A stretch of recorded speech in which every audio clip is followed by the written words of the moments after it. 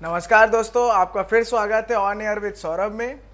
कुछ लोग होते हैं जो पावर में हो या विपक्ष में, लेकिन उनकी इंपॉर्टेंस कम नहीं होती। छत्तीसगढ़ की राजनीति में तीसरी ताकत का तड़का लगाने में सबसे इंपॉर्टेंट भूमिका निभाने वाले अमित जोगी आज हमारे साथ ऑन एयर विद सौरभ में खास मेहमान है। मैं उनका एशियन न्यूज़ के स्टूडियो में स्वागत करता हूँ। स्वागत है सर आपका। Thank you so much sir ji. आज हम उनसे उनके जीवन की अनटोल्ड किस्सों के बारे में जानेंगे और उनकी फ्यूचर पॉलिटिकल स्ट्रैटेजी के बारे में। और दर्शकों, कुछ ही दिनों में छत्तीसगढ़ में चुनाव है, तो ये इंटरव्यू मिस ना करें। This is really important. So बिना देर किए शुरू करते हैं आज की बातचीत। सर, तो मैं आपसे पहला सवाल पूछना चाहूँगा। श्री अजीत जोगी जी के नहीं रहने के बाद कई आपके पार्टी मेंबर्स जेसीसीजे से अलग हो चुके हैं। तो इस बार चुनाव में आप कैसे तीसरी ताकत के रूप में दिखेंगे? आपने ठीक कहा सौरभ। कई लोगों को ये लगता है कि जोगी जी के स्वर्गवास के बाद हमारी पार्टी, जोगी जी की पार्टी अनाथ हो गई है। तो आपके इस प्रोग्राम के माध्यम से मैं उन लोगों को ये बताना चाहता हूँ कि जब जोगी जी हमारे बीच में थे वो मुझसे हमेशा कहते थे कि बेटा, जिसके सिर के ऊपर छत्तीसगढ़ के 3.25 करोड़ लोगों का हाथ होता है वो कभी अनाथ नहीं हो सकता। तो भले ही अब आना जाना तो सभी पार्टियों में लगा रहता है।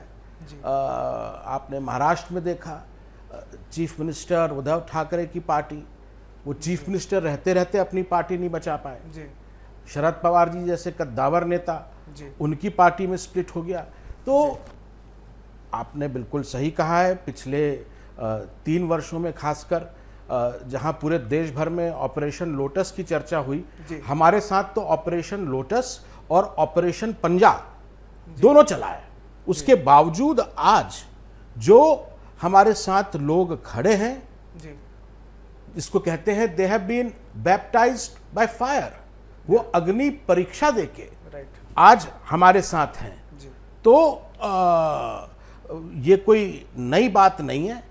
जोगी परिवार के साथ नेता कम और जनता ज़्यादा रही है, और यही हमारी असली ताकत है। जी। तो हमने उपचुनाव में देखा, तकनीकी कारणों से आप मरवाई से नहीं लड़ पाए। तो क्या इस चुनाव में आप दूसरी जगह से मैदानी चुनाव में उतरेंगे? ये तो देखिए हमारी पार्टी की जो चुनाव समिति है वो तय करेगी। पर मैं आपकी बात से सहमत नहीं हूं कि तकनीकी कारणों से मैं नहीं लड़ पाया। उसमें तो सीधे सीधे मेरे साथ, मेरी पत्नी के साथ छल किया गया। सारे नियमों को ओवरनाइट बदल दिया गया। और जिस दिन मैं नामांकन भरने गया, मेरे नामांकन भरने के बाद ये आदेश पारित किया गया कि आपका जाति प्रमाण पत्र रद्द किया जाता है। मुझे सुनने का अवसर तक नहीं दिया। तो ये जो भूपेश बघेल जी मुख्यमंत्री हैं, उन्होंने कहा था कि छत्तीसगढ़ में आएंगे, बदलाव लाएंगे। बदलाव के आधार पर जनता ने उन्हें चुना, पर बदलाव की जगह वो बदले की राजनीति करते रहे लगातार। पहले मेरे पिताजी, फिर मुझे, फिर मेरी पत्नी, सभी के पीछे वो पड़े रहे। इसलिए मैं कहता हूं कि मुख्यमंत्री जी को अब कोई और तो शब्द निकलता नहीं है, जोगेरिया हो गया है। जी। बीच में चर्चा में आ रहा था कि केसीआर की पार्टी बीआरएस के साथ आप गठबंधन कर रहे, तो इस पे कोई ठोस अभी तक दिशा में आपकी बातचीत हुई है क्या? देखिए, मैंने कई बार स्पष्ट कर दिया है। जब से मेरे पिताजी गए हैं, और वो जब थे तब भी ये बात होती रहती थी कि ये तो कांग्रेस में मिल जाएंगे। फिर बात शुरू हो गई कि भाजपा में मिल जाएंगे। जब दोनों बातों को मैंने साफ साफ खारिज कर दिया तो बोलने लगे कि अब बीआरएस से मिल जाएंगे। तो मैं आपके कार्यक्रम में ये स्पष्ट रूप से कहना चाहता हूं, छत्तीसगढ़ महतारी को साक्षी मान के मैं ये प्रतिज्ञा ले रहा हूं कि जोगी पार्टी का विलय ना कांग्रेस से होने वाला है, ना बीजेपी से होने वाला है, ना बीआरएस से होने वाला है, ना कोई और पार्टी से होने वाला है, क्योंकि हमारा विलय ऑलरेडी हो चुका है छत्तीसगढ़ की 3.25 करोड़ जनता के साथ। जी। अमित जी, हाल ही में देखने में आया है कि कांग्रेस पार्टी अपने मिनिस्टर चेंज करते जा रही है, बार बार वो दूसरे मिनिस्टर को बना रही है। तो क्या ये एक डैमेज कंट्रोल करने का तरीका है कि सब जितने लोग हैं सब खुश हो जाएं चुनाव आने के पहले?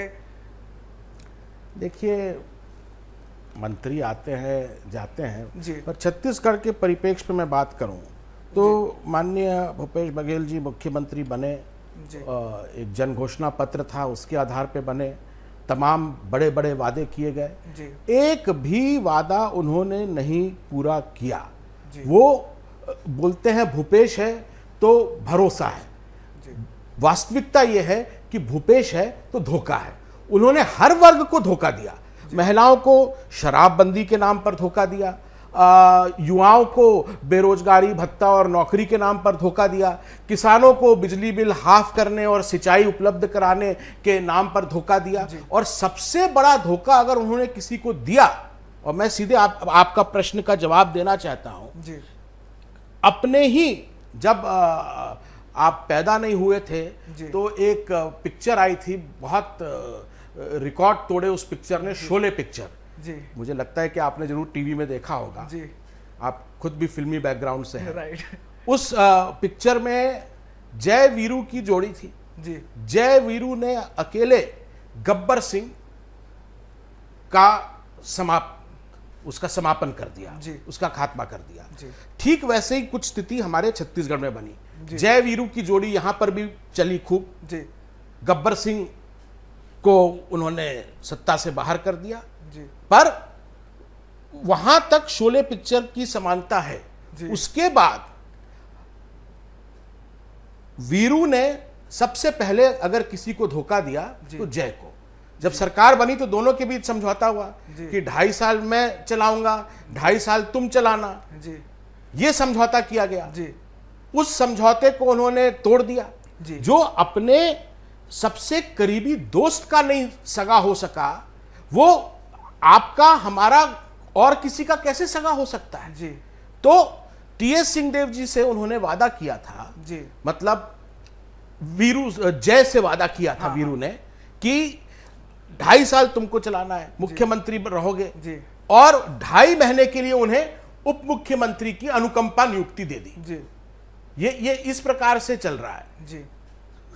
जब कांग्रेस की यहां सरकार बनी तो ये बोला गया कि कलेक्टिव लीडरशिप में सरकार चलेगी, 3 लोगों को मंत्री पद की शपथ दिलाई गई, लेकिन पिछले 4 सालों में बाकी कोई नहीं दिख रहा है, केवल एक व्यक्ति।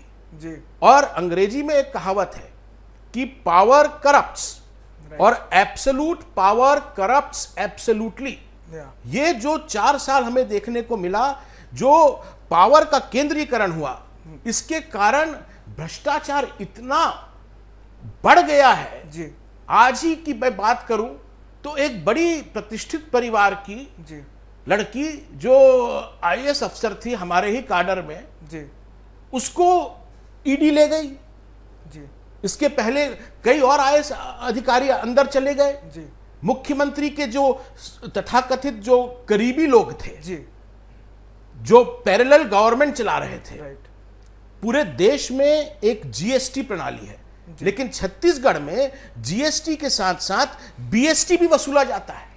और ये बीएसटी क्या है मुझे आपको बताने की जरूरत नहीं है, सब जानते हैं। 25 रुपया टन कोयला के ऊपर, 16,000 रुपया ट्रक रेत के ऊपर, शराब आधी पक्के में बेचेंगे आधी कच्चे में बेचेंगे, बाकी सब जो है बीएसटी के रूप में वसूला जा रहा है। इतना लेवल ऑफ करप्शन कभी नहीं हुआ। तो जनता को मतलब नहीं है कि कौन मंत्री बन रहा है, कौन अध्यक्ष बन रहा है, कौन मुख्यमंत्री बन रहा है। जनता को यह मतलब है कि हमने आपको आपके जन घोषणा पत्र में किए गए जो 36 वादे हैं उनके आधार पर चुना। और मैं आपको दावे के साथ कह सकता हूं कि उन 36 वादों में एक भी वादा इस सरकार ने पूरा नहीं किया है। अमित जी, जय और वीरू तो समझ आ गए, गब्बर कौन थे वो जानना चाहेंगे। तो साफ साफ है, 2018 में एक ही तो थे, उन्हें गब्बर सिंह बोलिए या गबन सिंह बोलिए, समझ, ये दोनों एक ही हैं। 15 साल छत्तीसगढ़ में भाजपा का राज चला, लगभग अब 5 साल कांग्रेस का राज चला है। ऐसा कोई सगा नहीं जिसे भाजपा और कांग्रेस ने ठगा नहीं, दोनों एक ही हैं जी। आप अभी मेरा बच्चा है, बेटा 2 साल का है, वो देखता है क्या कार्टून नेटवर्क, जी जी, उसमें वो टॉम एंड जेरी दिखता है। हाँ हाँ हाँ। ये जो बीजेपी और कांग्रेस की लड़ाई हमको दिख रही है, ये टॉम एंड जेरी की लड़ाई है जी। अब इसमें चूहा कौन है, इसमें बिल्ली कौन है, ये लोगों को तय करना है। पर ये केवल आपस में खेल रहे हैं। 15 साल तक भूपेश बघेल जी बोलते रहे वहां भ्रष्ट है रमन सिंह, ये घोटाला किया, वो घोटाला किया। आपके 5 साल हो गए, एक कोई कार्रवाई की आपने रमन सिंह के खिलाफ? और अभी ईडी की पूरी 16,000 पन्ने की चार्जशीट आ गई। हर पन्ने में लिखा है कि जो प्रदेश का हाईएस्ट पॉलिटिकल अथॉरिटी है उसके कहने पे ये काम हुआ, वो काम हुआ, पॉलिटिकल फंडिंग हुई, छत्तीसगढ़ को एटीएम बना दिया गया, लूटा गया, लेकिन उसके खिलाफ कोई कार्रवाई नहीं। तो तुम मेरे भ्रष्टाचार को बचाओ, मैं तुम्हारे भ्रष्टाचार को बचाऊंगा, और हम लोगों का एक टेंडर चलते रहेगा। एक बार तुम टेंडर लेना छत्तीसगढ़ को लूटने का, एक बार मैं टेंडर लेता हूं। ये चल रहा है जी। और इसका खामियाजा आपको, हमको, छत्तीसगढ़ के लोगों को भुगतना पड़ रहा है जी। तो अमित जी, हर किसी के जीवन में पिता का बहुत बड़ा रोल होता है, और बात करी जाए अजीत जोगी जी की तो वो बहुत बड़ी पर्सनालिटी है। तो उनके ना होने के बाद आपकी लाइफ में कैसे बदलाव आए? एक तो जो सबसे बड़ा बदलाव है, अपने आप जिम्मेदारी जब किसी के ऊपर आती है जी, तो आदमी बहुत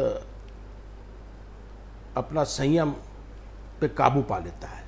पहले मुझे लगता है, और सब लोगों को मालूम भी है, कि मैं थोड़ा इम्पेशेंट था, एग्रेसिव था जी। पर 3 सालों में जब से जवाबदारी आई है जी, मैं अपने स्वभाव में यह अंतर देखता हूं कि जो मुझे गुस्सा आता था जी, कभी मुंह पे आ जाता था, कभी अंदर ही रहता था।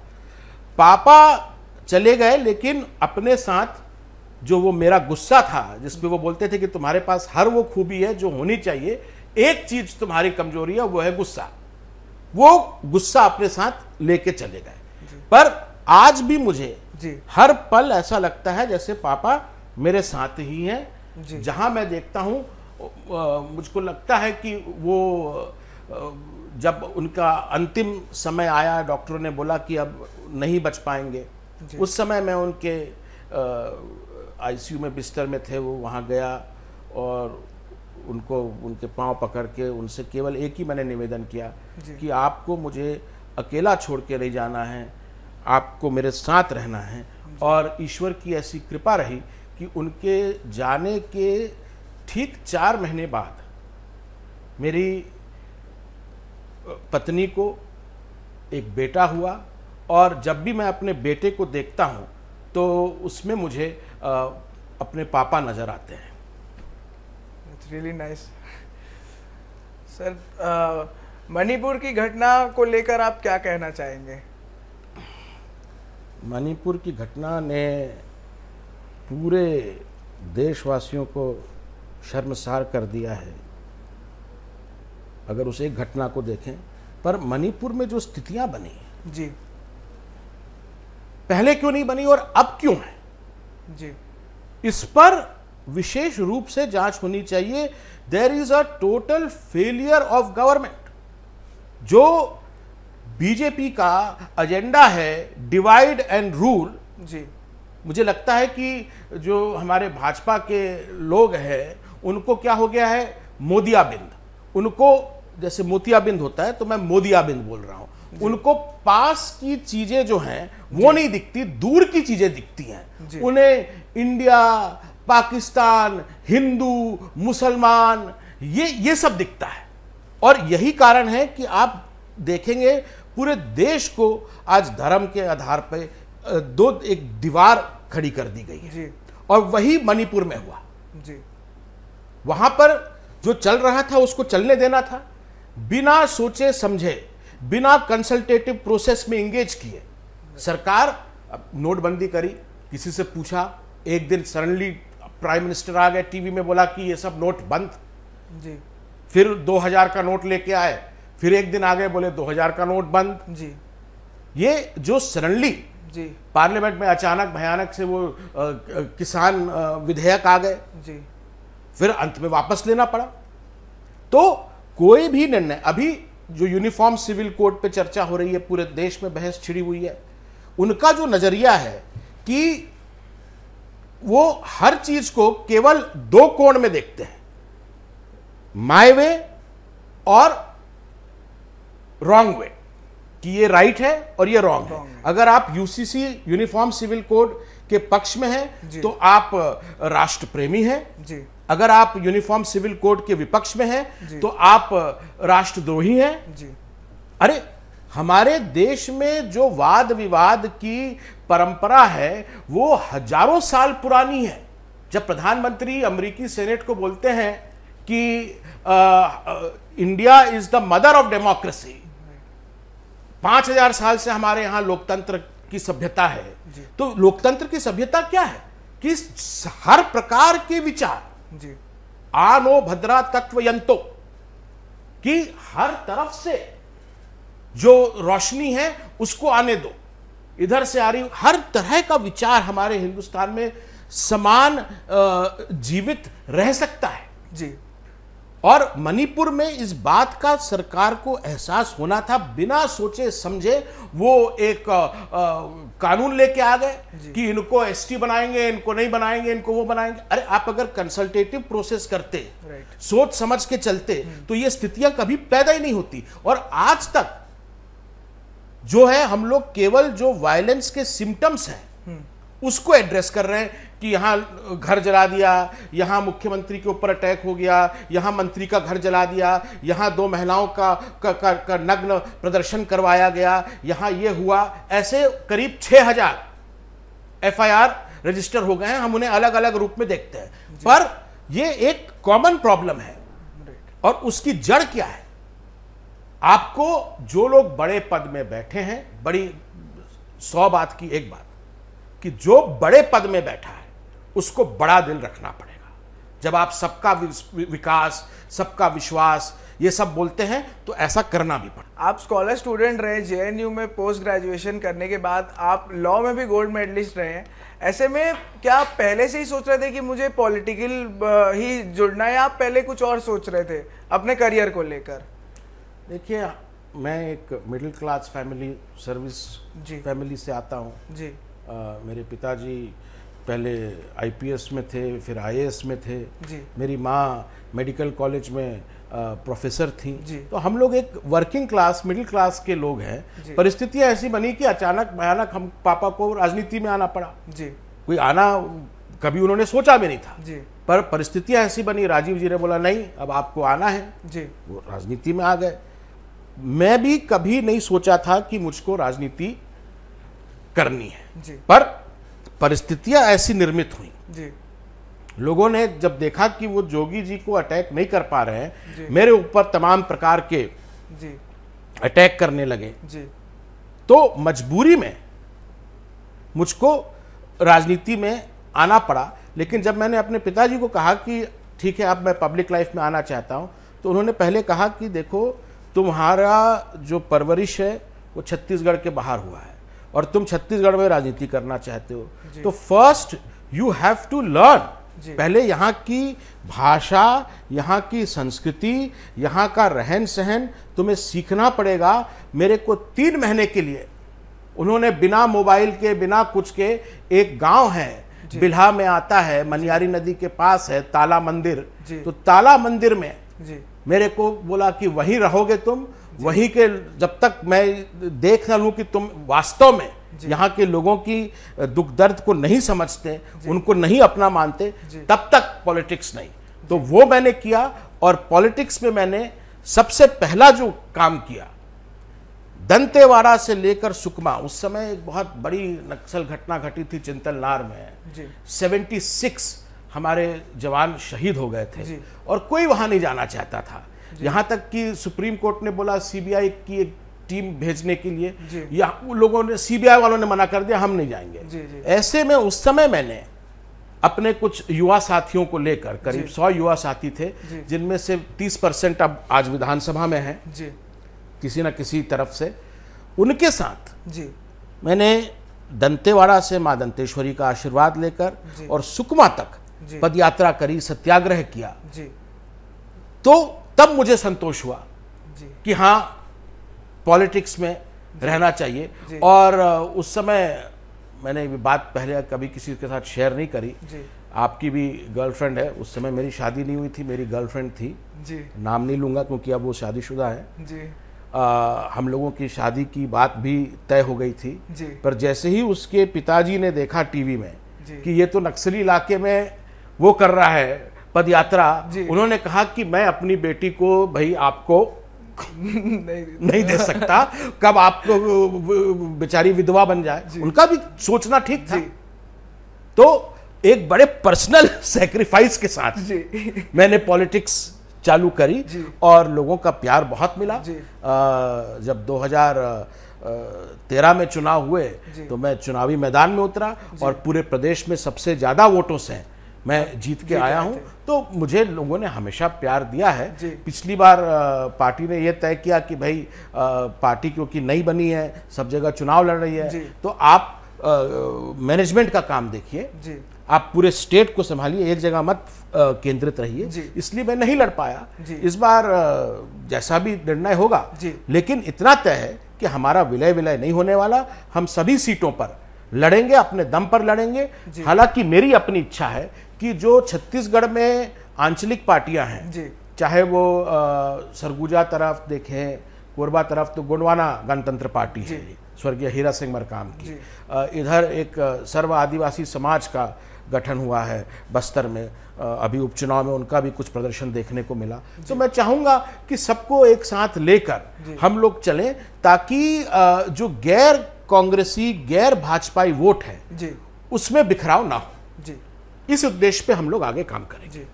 जैसा आप बताया अमित जी कि आपने यहाँ की संस्कृति को समझा, तो मैं एक चीज़ पर्सनली कहना चाहूँगा कि ये चीज़ मुझे भी बहुत लगती है। आप एक्स्ट्रा ऑर्डिनरी टैलेंटेड है और आपने अच्छे से सारी चीज़ें, आप पूरा ब्लेंड हो चुके हैं, तो I really like that. So next question मैं आपसे ये पूछना चाहूँगा, आपने कभी यूपीएससी या कॉम्पिटिटिव एग्जाम की तरफ सोचा था क्या कि मैं दूँ, क्योंकि बिकॉज यूर एक्स्ट्रा जीनियस, तो लोग सोचते हैं कि I should go for IAS और आईपीएस, जैसे आपके फादर भी थे। जी, मैंने यूपीएससी का एग्ज़ाम, मेरे पिताजी चाहते थे, मेरी तो कभी इच्छा नहीं थी। वो मुख्यमंत्री बने और उसी साल ये यूपीएससी का एग्ज़ाम था, गर्मियों की छुट्टियां चल रही थी, मैं रायपुर में था। मुख्यमंत्री के लड़के होने के नाते मैं वहाँ एग्जामिनेशन हॉल में गया, तो मीडिया ने खूब उसको छापा कि अमित जोगी भाई यूपीएससी में अपीयर हो रहा है। ईश्वर की दया से जो पहला यूपीएससी का वो होता है पढ़ाओ, वो मेरा क्लियर हो गया। दूसरा पढ़ाओ होता है हिस्ट्री सब्जेक्ट लेके, मैंने मेंस उसको क्लियर किया। अब इस बीच यहाँ पे एक माननीय जो यहाँ के सांसद थे, उस समय केंद्रीय मंत्री थे, अभी वर्तमान में महाराष्ट्र के गवर्नर हैं, उनका मैं बहुत सम्मान करता हूँ व्यक्तिगत। उन्होंने मुद्दा उठा दिया कि अमित जोगी जो है वो पैदा हुआ है अमेरिका में, उसके पास अमेरिकी पासपोर्ट है, वो कैसे दे दिया यूपीएससी का एग्जाम। तो अल्टीमेटली ये निर्णय लिया गया यूपीएससी के द्वारा कि आपने, क्योंकि अब मेरे से गलती तो हुई, मेरे पास अमेरिकी पासपोर्ट था, पर हमारे देश में ये कानून है कि जब तक बच्चा 21 साल का नहीं हो जाता है और उसकी मान लीजिए नागरिकता है, तो उसको दोहरी नागरिकता तब तक रखने का जब तक कि वो अपने सोच से किसी एक को त्यागता है या नहीं त्यागता है। अब अमेरिकी पासपोर्ट मेरे लिए ज्यादा सुविधाजनक था। पॉलिटिक्स में आने का तब मैंने कुछ सोचा भी नहीं था। अमेरिकी पासपोर्ट में आप किसी भी देश में जाइए, वीजा नहीं लगता, नहीं तो लाइन में लगे रहिए वीजा के लिए, उसकी एक नागरिकता का एक अलग वो है। तो वो मैंने उसका और कोई फायदा नहीं, केवल पासपोर्ट के कारण मेरे पास वो था। और मैंने ये देखा नहीं था कि जब यूपीएससी का फॉर्म भरते हैं तो छोटे अक्षरों में नीचे लिखा रहता है कि आई affirm that I am a citizen of India / Bhutan. अब वो चीज फॉर्म में साइन कर रहे हैं, झर साइन कर दिए थे हम, तो वो एक गलती हुई। उसके कारण यूपीएससी के उस समय सेक्रेटरी थे नवीन चावला जी, उनका एक पत्र आ गया कि भाई you have been barred from appearing in UPSC. तो वो रास्ता मेरे लिए बंद हो गया। उसके बाद मैंने वकालत का रास्ता चुना, वकालत की, और वकालत में जब मैं गया तो हो रही थी, नाम भी हो रहा था। कोरबा में बालको है, वहाँ चिमनियाँ गिर गई। अब बालको का मैं पहले से ही वकील था, उनके जो केसेस थे मैं अपीयर होता था। केसेस उनके ये रहते हैं कि भाई ये जो बिजली का दर है, इलेक्ट्रिसिटी टैरिफ, ये वो, इन सब विषयों को लेकर। अब अखबारों ने छाप दिया कि बालको की चिमनियाँ गिरी, इतने मजदूर हुए की मौत, और अमित जोगी करेंगे बालको की पैरवी। तो मुझे लगा कि ये बिल्कुल उचित नहीं है। मुझे पहली पैरवी जो है यहाँ की जनता की करनी है, बालको की, क्योंकि मैं उनके रिटेनर में था, मेरे पास उस समय ऑप्शन ही नहीं था। तो फिर मैंने वकालत को बोला कि नहीं, अब मैं वकालत अभी नहीं, जनता की वकालत करूंगा, जनता की अदालत में लड़ाई लड़ूंगा। अमित जी, मैंने इंटरनेट पे ये भी पढ़ा था कि आप जो छत्तीसगढ़ में रेप विक्टिम्स थे या जो ऐसे लोग थे, उनके भी केस लड़ रहे थे। जी हाँ, उसके बाद मैंने ये किया। और एक चीज जो मैंने करी और मुझे लगता है कि इसकी बेहद आवश्यकता है। जब मैं विधायक बना था, लगातार 3 सालों तक प्रदेश में अकाल की स्थिति रही। पूरा प्रदेश जो है अकालग्रस्त घोषित किया गया, और किसानों को राहत देने के बजाय, आम आदमी को राहत देने के बजाय, हमारी विधानसभा में जब मैं विधायक था एक विधेयक आया। मैंने जब गया तो देखा कि ये विधेयक है, इस पे क्या कि जो विधायकों की तनख्वाह है, जो सुविधा है, वो 4 गुना बढ़ाएंगे, और उस पे कौन वोटिंग करेगा? खुद विधायक करेंगे। पहली बार मैंने देखा कि कोई विधेयक आता है बिना चर्चा के, विद इन 20 सेकेंड्स पारित हो जाता है। बाकी कोई भी आएगा, उस पर कुछ बहस होगी, मंत्री कुछ रखेंगे प्रस्ताव, विपक्ष वाले कुछ बोलेंगे, सरकार की तरफ से जवाब आएगा, कमिटी में जाएगा, ये सब प्रोसेस रहता है। पर जब ये मैंने देखा कि ये जो माननीय विधायक हैं, ये खुद ही तय कर रहे हैं कि हमारे को ये चाहिए, वो छत्तीसगढ़ में आप रह रहे हो, यहाँ पे एक तो उस जमाने में एयरपोर्ट था, 8 लाख रुपया महीना आप अपने लिए हवाई सुविधाओं के लिए, ये मुझे बिल्कुल उचित नहीं लगा। और इसीलिए मैंने निर्णय लिया कि मैं, क्योंकि मैं वकील भी हूँ, मैं एक ठीक ठाक परिवार से हूँ, मेरे में कुछ काबिलियत भी होगी, तो मुझे सरकार से तनख्वाह नहीं लेनी है। तो मैंने तब से लेकर अभी तक, पहले मेरी विधायक की तनख्वाह और अब विधायक की पेंशन, हर महीने आप देखेंगे मैं किसी ना किसी, चाहे वो रेप विक्टिम हो, या कोई डिस्ट्रेस फार्मर हो,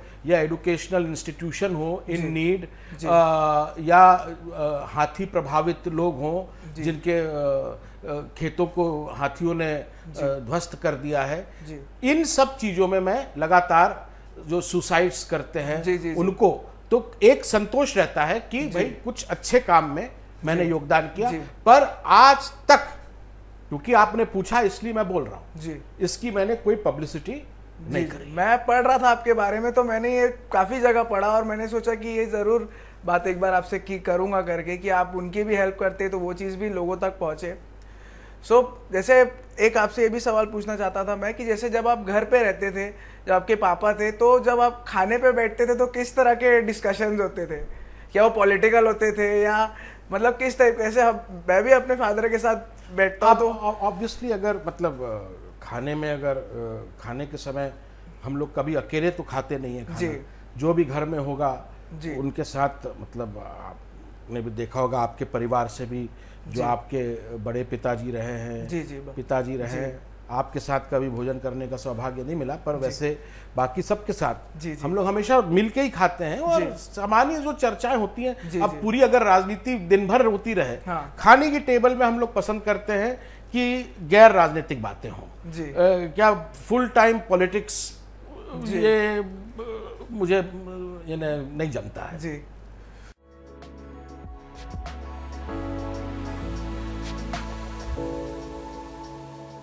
मैं मिट्टी से बना हूं, मुझे माटी का कर्ज चुकाना है।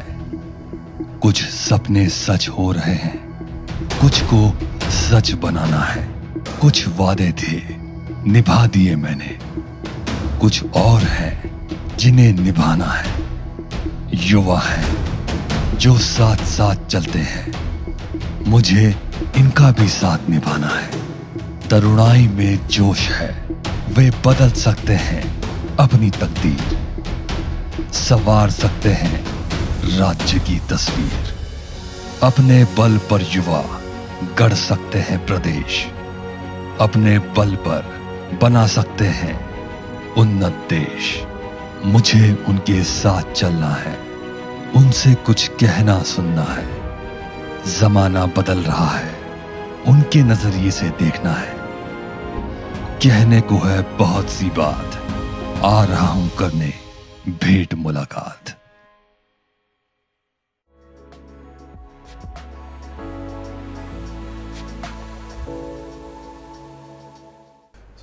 जैसे आपने जोगी जी से सीखा, जो आपने उनसे सीखी चीजें, तो अब वो आप किसको दे रहे नेक्स्ट? देखिए, मैं परिवारवाद में बिल्कुल विश्वास नहीं करता हूं, आप माने न माने जी। मुझे लगता है कि जो मेरा परिवार है वो पूरा छत्तीसगढ़ है जी।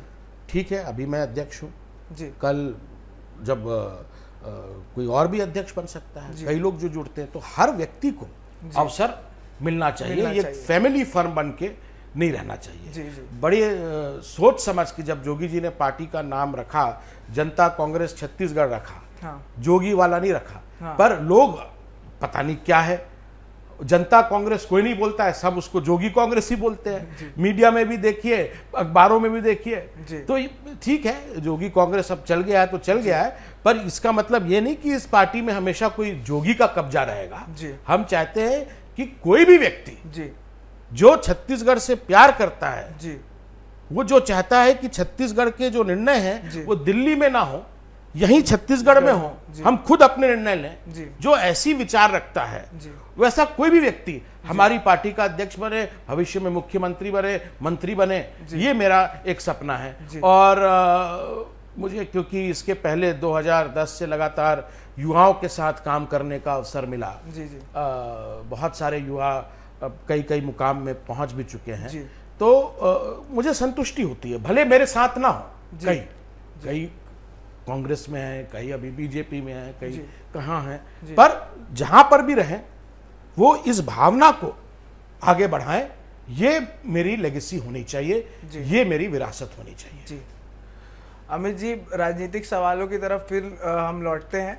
सो अमित जी, राजनीतिक जीवन में आपने भी बहुत सी यात्राएं की है। एक चर्चित पद यात्रा राहुल गांधी भी कर रहे हैं, और क्या आपको लगता है कि उससे कोई फर्क पड़ेगा चुनाव में, आने वाले चुनाव में? बिल्कुल पड़ेगा जी, और पड़ा है। जो भारत जोड़ो यात्रा है जी, मैं सैद्धांतिक रूप से उसका पूरा समर्थन करता हूँ जी। अगर वो छत्तीसगढ़ से गुजरती वो यात्रा, तो मैं बिना बुलाए भी जाता जी। वो बहुत अच्छा काम कर रहे हैं जी, पूरे देश में चलना, लोगों को जोड़ना जी, अच्छा काम है। जो अच्छा काम करता है मैं तारीफ भी करता हूँ। अभी मैंने भूपेश बघेल जी के खिलाफ बहुत आपको सुनाया, क्या क्या उन्होंने किया, क्या नहीं किया, पर एक काम जो अच्छा किया उन्होंने, 2500 रुपया धान का समर्थन मूल्य तो किसानों को दिया, जो अच्छा काम है उसकी हम तारीफ भी करेंगे जी। तो आपकी मम्मी रेणु जोगी जी सोनिया गांधी जी से काफी नजदीकी रही हैं, तो इस समय जैसे विपक्षी सारी पार्टियां एक एकता बनाकर जुड़ रही हैं, तो क्या आप लोग वैसे जुड़ेंगे नहीं गांधी परिवार के साथ? देखिए, ये जो बाइनरी पॉलिटिक्स है, मैंने कहा दो कोण वाली पॉलिटिक्स, उससे हमारा कोई वास्ता नहीं हो सकता जी। ये बात मैं स्वीकारता हूं कि सोनिया जी, मेरे पिताजी हमेशा कहते थे, हमारी परिवार की मुखिया के रूप में है जी। जब मेरे बेटे का जन्म हुआ तो बेटे का नामकरण भी, जिसका नाम अयान रखा है, वो मैंने नहीं रखा, मेरे पिताजी ने नहीं रखा, मेरी माँ ने नहीं रखा, मेरी पत्नी ने नहीं रखा, वो आदरणीय सोनिया गांधी जी ने ही उसका नाम चुन के दिया कि ये नाम अच्छा है, इसको रखो जी। तो पारिवारिक जो संबंध है वो अपनी जगह है, पर पार्टी पॉलिटिक्स जो है जी जी, वो एक अलग रास्ता है। और जब हमने ये तय कर लिया है कि ना हम कांग्रेस के साथ जाने वाले हैं, ना भाजपा के साथ जाने वाले हैं, तो हम अपना अलग रास्ता बनाएंगे जी। भले इसमें समय लगे जी, भले संघर्ष हो जी, मैं तो कहता हूं अभी तो ये अंगड़ाई है, आगे और लड़ाई है, लड़ेंगे जी उम्र हमारे साथ है। जी जी आप और हम यंग हैं। जी बिल्कुल। जो माननीय मुख्यमंत्री मुझसे 20 साल बड़े हैं, जो बीजेपी के रहता है मुझसे करीब 30 साल बड़े हैं। जी। तो हमारे पास समय है। हाँ। उस समय का हम लोग सदुपयोग करेंगे और छत्तीसगढ़ को, जैसा कि हमारे जो एंसेस्टर्स थे, जी। हमारे पुरखे थे, उन्होंने सोचा था, एक सपना था उनका, छत्तीसगढ़िया सबले बढ़िया। जी वो तब साकार होगा जब हमारी जल, जंगल, जमीन, नौकरी, पानी, बिजली, सब पर पहला अधिकार जी छत्तीसगढ़ का होगा। छत्तीसगढ़ की गरीब धरती के, अमीर धरती के गरीब लोग जी जब अमीर बन जाएंगे। जी अभी तो हमारी जो धरती है उसको रोज गरीब करने में लगे हैं। कोयला खदानें दे दी, लोहा खदानें दे दी, और आज मैंने देखा कि जो मेरे पिताजी ने 2001 में हीरा खदानों का विनिवेश पे, प्राइवेटाइजेशन पे रोक लगाई थी, उसको भी हटा दिया सरकार ने। जी। और जो प्रदेश में हीरा है, सोना है, उन खदानों के लिए भी टेंडर अब बुलाने की प्रक्रिया उन्होंने चालू कर दी। जी मतलब जाते जाते भी वो लूटना ही चाह रहे हैं, कुछ छोड़ कर ही जाना चाह रहे हैं। जी पूरा खजाना जो है वो खाली करके जाना चाह रहे हैं। जी और ऐसा हम होने नहीं देंगे। जी।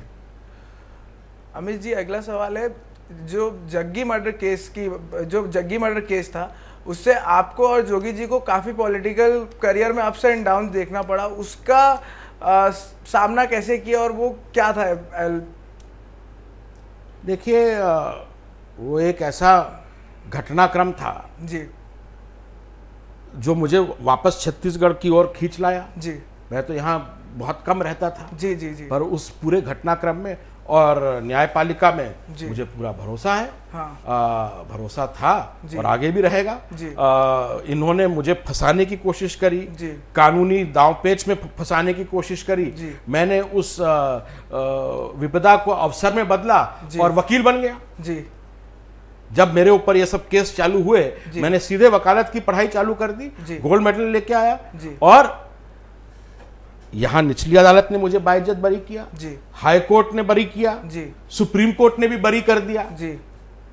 तो उस मामले में जब कुछ है ही नहीं, पर मैंने देखा इस देश में अगर किसी को तंग करना है, प्रताड़ित करना है, तो उसके ऊपर कोई झूठा वो लगा दो। क्योंकि न्यायिक प्रक्रिया मुझे लगता है बहुत लंबी चलती है। अगर मैं नहीं होता, कोई दूसरा होता, तो मुझे लगता है कि आज भी वो अब मतलब कोर्ट के चक्कर ही काट रहा होता। जी जी जी। हम लोगों को एक राहत मिली, जो उस समय चीफ जस्टिस थे, उन्होंने कहा कि ये लड़का है, इसके ऊपर आरोप लगे हैं, संगीन है, पर वैसे इसका भविष्य अच्छा है और जो भी फैसला है ये 6 महीने में किया जाए। जी। तो डे टू डे कोर्ट चला। जी। संडे को भी चला। जी। जो जज थे उनसे सारे काम दूसरे हटा दिए गए, केवल इस काम को देखने के लिए कहा गया। तब जाके फास्ट ट्रैक में मुझे जस्टिस मिल पाया। जी। सो नेक्स्ट क्वेश्चन सर ये है कि लोग ऐसा कहते हैं, मतलब एक ऐसी बात है कि जो झीरम घाटी में हादसा हुआ था, उसके बाद काफी लोगों का एक अजम्पशन था कि जो जोगी जी का अचानक वहां से हेलीकॉप्टर में चले गए थे, वो एक इत्तेफाक नहीं था। तो उस पर क्या कहना चाहेंगे आप? अब आप जैसे आपके पापा नहीं है, तो मैं आपसे जानना चाहता हूं कि इस पे थोड़ा रोशनी डाला जाए। देखिए, ये जो है एक कुछ लोगों को जुगेरिया हो गया है। जी। कुछ भी होता है। जी। घर में वो दूध बिल्ली ने गिरा दी, जी, बोले जोगी ने किया। जी। कुछ भी हुआ जोगी ने किया। जी। सोते जागते, उठते बैठते, नहाते धोते, उन्हें केवल जोगी दिखता है। जी। अभी मेरे पिताजी 3 साल हो गए नहीं है। जी। आज भी हर तीसरे दिन जो माननीय मुख्यमंत्री हैं, मेरे पिताजी का पता नहीं क्या है, अपमान करते रहते हैं, कहीं भी उनका नाम ले आएंगे। जी। ये किया वो। अरे आपके पास सरकार है, पूरा तंत्र है। जी। मैं तो 1000 बार बोल चुका हूं कि इसकी जांच हो। जी। मैं खुद ऑफर किया कि मेरा जो नार्को टेस्ट है, जो टेस्ट है, कर लो। हाँ। मेरे पिताजी ने बोला जिस एजेंसी से जांच कराना है करा लो। जी। आप केवल आरोप लगाते रहेंगे। जी। बिना सिर पैर के। जी। अरे अब 4 साल आपकी 4.5 साल 5 साल हो गए, अगर कुछ प्रूफ है। उस समय तो मुख्यमंत्री ने बोला कि मैं जेब में लेके घूमता हूं, मेरी जेब में है सबूत। अरे 4 साल से मुख्यमंत्री उसे जेब में क्यों रखे हो? जी, बाहर निकालो। जी, केवल इस तरह की ये बेहुदी बातें कर, जी, जी, जी, अपना ग्राफ बढ़ाने का जो काम जी, किया जी, है। पर इन्होंने जितना मुझको अपमानित किया, जी, जितना मेरा अपमान किया, जनता ने उतना ही मेरा मान बढ़ाया है। ये भी कहते हैं कि जो कि बहुत पोटेंशियल था, तो लोग ऐसे इल्जाम लगाते हैं, जो भी पोटेंशियल कैंडिडेट रहता है कि भाई ऐसा हुआ और ऐसी चीजें थी करके, एक हवा में जो लोग बात करते हैं। आप डिले कर सकते हो, इनेविटेबल जो है राइट, उसको रोक नहीं सकते। जो होना है वो तो हो गई, आप उसमें बाधाएं डाल सकते हो। और मैं तो बड़ी खुशी से बाधाओं का सामना करता हूं। लाइफ इंटरेस्टिंग होनी चाहिए। जी। सो ग्रामीण अर्थव्यवस्था की बात छत्तीसगढ़ में काफ़ी हो रही है। यहाँ सरकार ने भी मजबूत बनाने के लिए यहाँ पर जो हॉलीडेज होती हैं वो सारी चीज़ें लागू करी है। तो क्या आपको लगता है कि ये एक अच्छी चीज़ है, और या क्या ये सही किया जा रहा है? ये सरकार का केवल एक प्रचार है। हाँ। कई हजार करोड़ रुपया खर्चा करके हर जगह ये पोस्टर लगा देना, खुशहाल छत्तीसगढ़, भूपेश है तो भरोसा है। जी। इससे क्या सब ठीक हो जाएगा? जी। आप अगर फैक्ट्स एंड फिगर्स देखेंगे, 2500 समर्थन मूल्य दे रहे हो। भारत सरकार ने 2018 से 2023 के बीच 500 रुपया समर्थन मूल्य बढ़ा दिया। आपका 2500 से 2500 ही क्यों है? आपने क्यों नहीं बढ़ाया? जी। और एक तरफ तो आप दे रहे हो, पहले साल आपने एक साथ दिया, एक किश्त में दिया। जी। उसके बाद 3 किश्तें, फिर 4 किश्तें, अभी जो साल गुजर गया जी, उसकी 3 किश्तें बाकी हैं। जी। रुला के दे रहे हो। हाँ। एक तरफ तो दे रहे हो और दूसरी तरफ आज आप देखिए खाद का दाम, पेस्टिसाइड का दाम, बीज का दाम, मतलब आप जो 200 रुपया का यूरिया है, आज हमारा किसान मजबूरी में उसे मार्केट से 700 रुपया में खरीद रहा है। जी। 3 टाइम्स मोर। जी। तो एक हाथ से तो दे रहे हो और दूसरे हाथ से सब कुछ उसका छीन रहे हो। जी। आपने बोला था कि किसानों की बिजली बिल हाफ हो जाएगी। जी। क्या किया आपने? इंडस्ट्रीज को आप 3 रुपए में बिजली बेच रहे हैं और किसानों को 5.5 रुपया पर यूनिट, और जो फिक्स चार्ज है वो अलग। जी। मुझे तो समझ में नहीं आता, विधानसभा ये जो सत्र खत्म हुआ है जी, जी, उसमें जो जवाब आया 2018 में छत्तीसगढ़ में 13,600 मेगावाट बिजली का वार्षिक उत्पादन था। जी। आज 2023 में हम हैं जी, वो 13,300 हो गया। जी। जबकि मुख्यमंत्री जी कोरबा में गए वो उद्घाटन करने के लिए कि मैं 1300 मेगावाट का ये सुपर थर्मल का उद्घाटन कर रहा हूं। जी, जी। आज तक उसमें एक ईंट नहीं लगी है। जी। छत्तीसगढ़ जो जोगी जी के समय पावर सरप्लस हुआ करता था, जी, आज की तारीख में हम लोग हर साल 18,000 करोड़ की बिजली बाहर से खरीद रहे हैं। जी। यह स्थिति हो गई है। तो बिजली बिल हाफ नहीं हुआ, बिजली हाफ हो गया और बिजली बिल किसानों का 4 गुना ज्यादा बढ़ गया। जी। और आप ग्रामीण अर्थव्यवस्था की बात कर रहे हैं। जी। प्रधानमंत्री आवास योजना है, एक अच्छी योजना है। जी। उसमें 70% जो है जी। वो भारत सरकार देती है, 30% स्टेट गवर्नमेंट को देना रहता है। जी। अगर 100 रुपए का घर बन रहा है तो 70 रुपया भारत सरकार दे रही है, 30 रुपया वो उम्मीद करती है कि राज्य सरकार अपने से देगी। जी।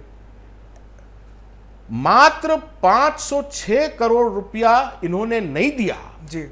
इनका बजट कितना है? हर साल का बजट है 1.5 लाख करोड़। जी। 506 करोड़ रुपया स्टेट को देना था, 8 लाख गरीबों के, ग्रामीणों के घर आवास तैयार हो जाते। जी। नहीं दिया। छत्तीसगढ़ पहला और एकमात्र ऐसा स्टेट है जहां यह योजना निरस्त कर दी गई। पिछले 3 सालों में, 4 सालों में अगर मैं देखूं पूरा, तो 12 लाख घर जो बनने थे गरीबों के वो नहीं बन पाए। और मुख्यमंत्री ने नए राजधानी में खुद का घर बनाने के लिए 550 करोड़ रुपए का टेंडर किया है। तो खुद के घर के लिए तो आपके पास 550 करोड़ है, और 8 लाख ग्रामीणों के घर बनाने के लिए 506 करोड़ रुपया नहीं दे पाए। और इसी कारण जो उस समय पंचायत मंत्री थे जी, उन्होंने अपने विभाग से इस्तीफा दे दिया जी, कि मैं तो जवाब नहीं दे पा रहा हूं, आप किसी और को दीजिए। ये तो ये जो पूरी बात कह रहे हैं कि हमारी ग्रामीण व्यवस्था बहुत बढ़ गई है, बढ़ी नहीं है, घटी है। जी,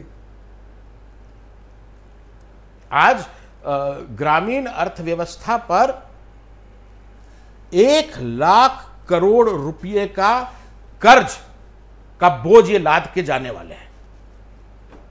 ये जब सरकार बनी थी तब एक इनने वादा किया था कि ये दारूबंदी करेंगे, तो आपको क्या लगता है कि ये चुनाव के पहले ये कर पाएंगे ऐसा कुछ?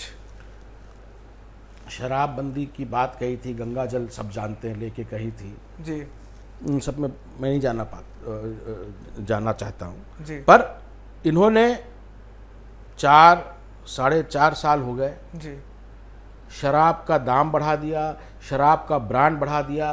पहले दुकान 8 बजे बंद हो जाती थी, इन्होंने उसे 11-12 बजे तक खोलने की अनुमति दे दी, टाइम बढ़ा दिया। जो कच्ची शराब है उसकी सेल डबल कर दी। जो 2018 में शराब से सरकार को रेवेन्यू मिलता था 2000 करोड़ जी, वो 2023 में 6000 करोड़ हो गया। मतलब पूरे छत्तीसगढ़ को शराबबंदी की जगह शराब मंडी बना दिया। जी, शराबबंदी के नाम पे पूरे भारत का जो सबसे बड़ा शराब घोटाला है वो कर डाला। जी, तो उस समय मैं एक छत्तीसगढ़ी में दोहा बोलता था, जब रमन सिंह के 15 साल रहे, वो शुरू हुए चाउर वाले बाबा से और फिर बन गए दारू वाले बाबा। तो राम राज में दूध मिले, कृष्ण राज मां घी, रमन राज मां दारू मिले, चाउर बेच के पी। ये उस समय में दोहा बोलता था। अब जब इनके 4 साल हो गए हैं तो मैंने एक नया दोहा बनाया है कि राम राज मां दूध मिले, कृष्ण राज मां घी, भूपेश राज मां दारू मिले, गोबर बेच के पी। आज आप बॉम्बे जाइए, बॉम्बे आप रहे, बेंगलोर आप रहे, हैदराबाद जाइए, वहां देखिए cyber city, IT hub, fintech city, T hub, दुनिया किस ओर बढ़ रही है। और हमारे यहां क्या, गोबर गठान, क्या बोलते हैं छत्तीसगढ़ के 4 चिन्हारी, नरवा गरवा गुरवा बारी। अरे जो हमारी सबसे बड़ी समस्या है बेरोजगारी, आज हमारे युवा बाहर क्यों जा रहे हैं जी, उस पर कोई बात नहीं करोगे। जब बाकी राज्यों ने, तेलंगाना ने, आंध्रा ने कानून पारित कर दिया है कि यहां इस राज्य में जितनी भी नौकरियां हैं, चाहे सरकारी नौकरियां हैं, चाहे प्राइवेट सेक्टर की नौकरियां हैं, उस पे स्थानीय लोगों को कम से कम 95%, 95% आपको आरक्षण देना होगा। ऐसा कानून यहां भूपेश बघेल क्यों नहीं लेके आते? जी, अगर छत्तीसगढ़िया को सबले बढ़िया बनाना है जी, तो ये करना चाहिए, जी। क्यों नहीं करते हैं?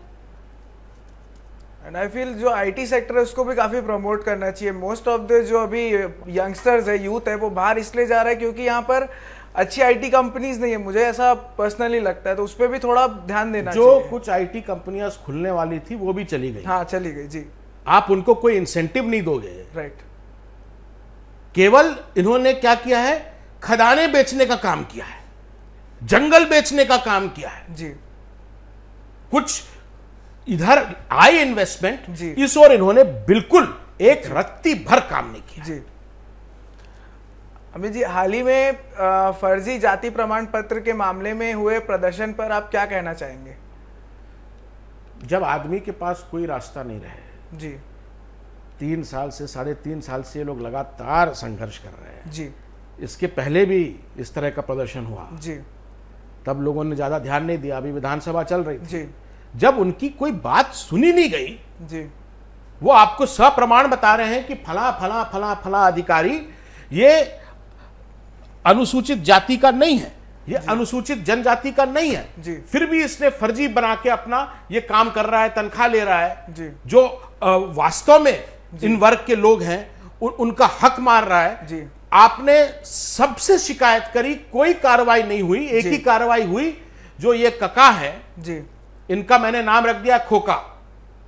पिक्चरों में आप देखते हो, गैंगस्टर पिक्चरों में, कि बिना खोका के कोई काम नहीं करते जी, जो गैंगस्टर लोग हैं। जी। वैसे ये जो गैंग है, खोखा गैंग, ये बिना कुछ खोखा लिए यहां कोई काम नहीं हो रहा है जी।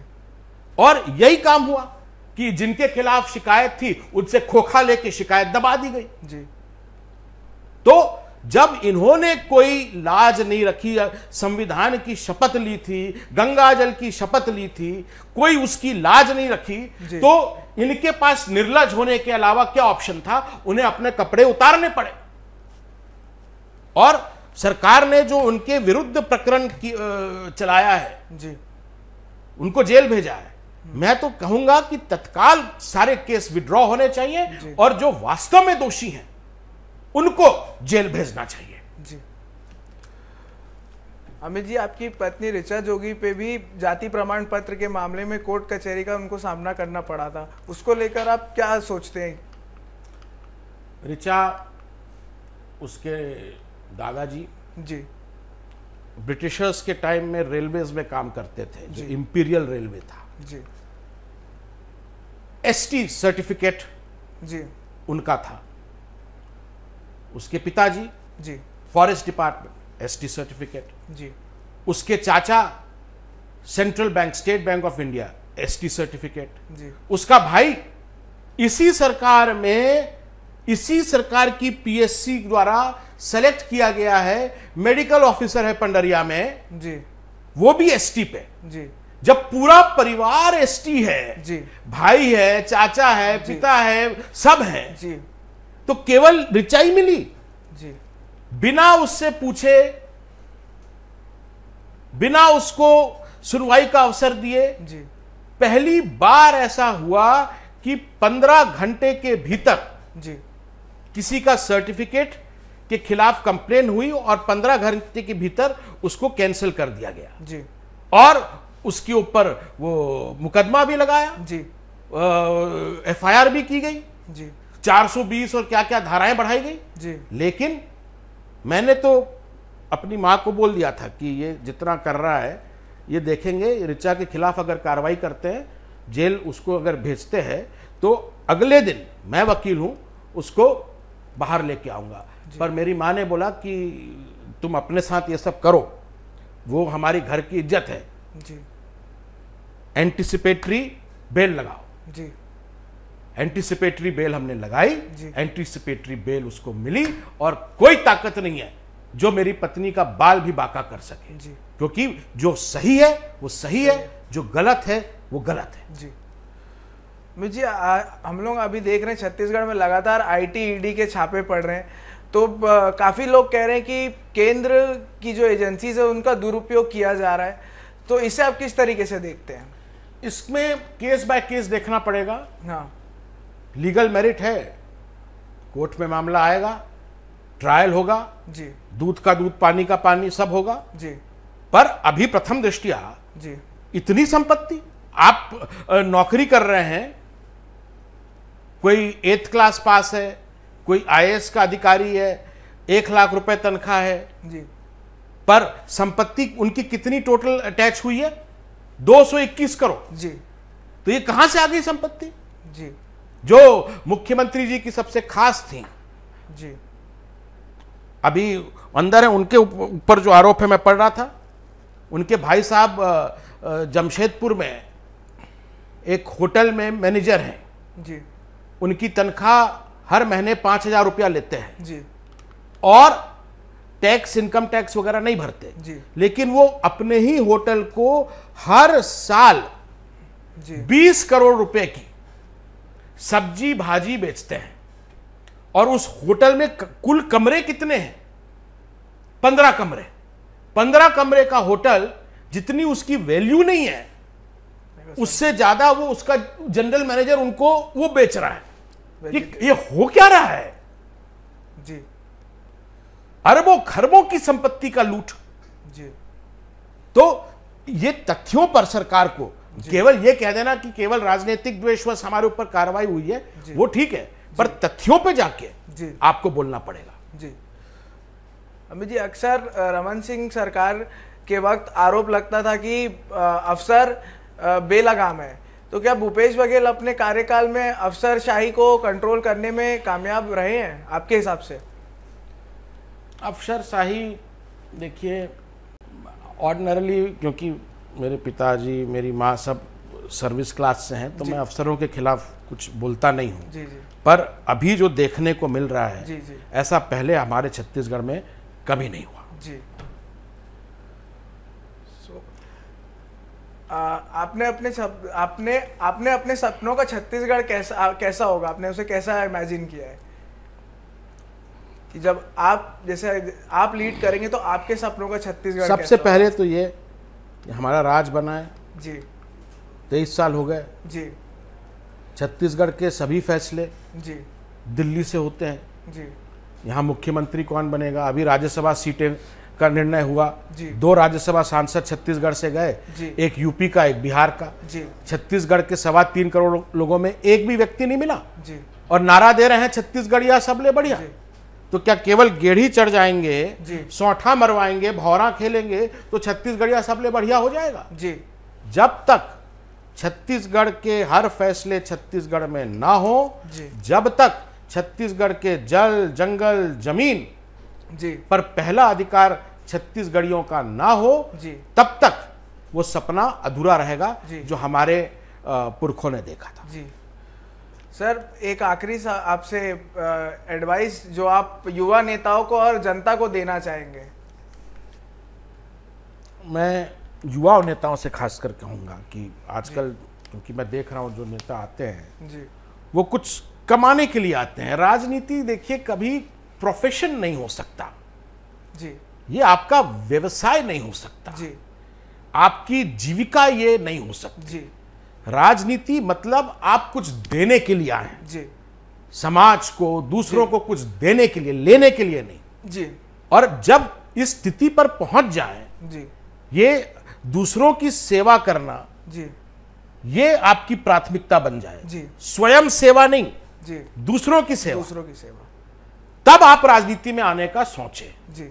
और युवाओं को मैं ये कहूंगा कि आपको अब अपनी जिंदगी की कमान खुद अपने हाथों में लेनी होगी।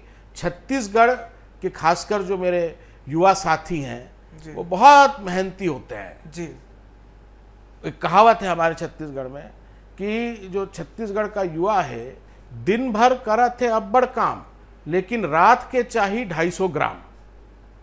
ये जो और फैक्ट्स बता रहे हैं। जी। हमारा 3.25 करोड़ का आबादी वाला छत्तीसगढ़, यहाँ जो लिकर कंजम्पशन है जी, वो तमिलनाडु जिसकी आबादी 11-12 करोड़ हो गई है जी, उसके बराबर है। तो हम लोगों को आज अगर कोई चीज एज अ क्लास, मैं किसी एक युवा की बात नहीं कर रहा हूं जी, पर छत्तीसगढ़ को कोई आगे बढ़ने से अगर रोक रहा है तो ये शराब है। और इसीलिए लगातार जी, आज भी मैं आपके इंटरव्यू में आने से पहले, स्टूडियो में आने से पहले कोर्ट में था। 2011 में शंकर नगर में सरकारी शराब दुकान थी, उसको बंद करने के लिए हम लोगों ने प्रदर्शन किया था। अब जाके उसका वो जो पूरा केस है वो चल रहा है। पर तब से लेकर अब तक मैंने लगभग 151 दुकानों को जाकर बंद करवाया है।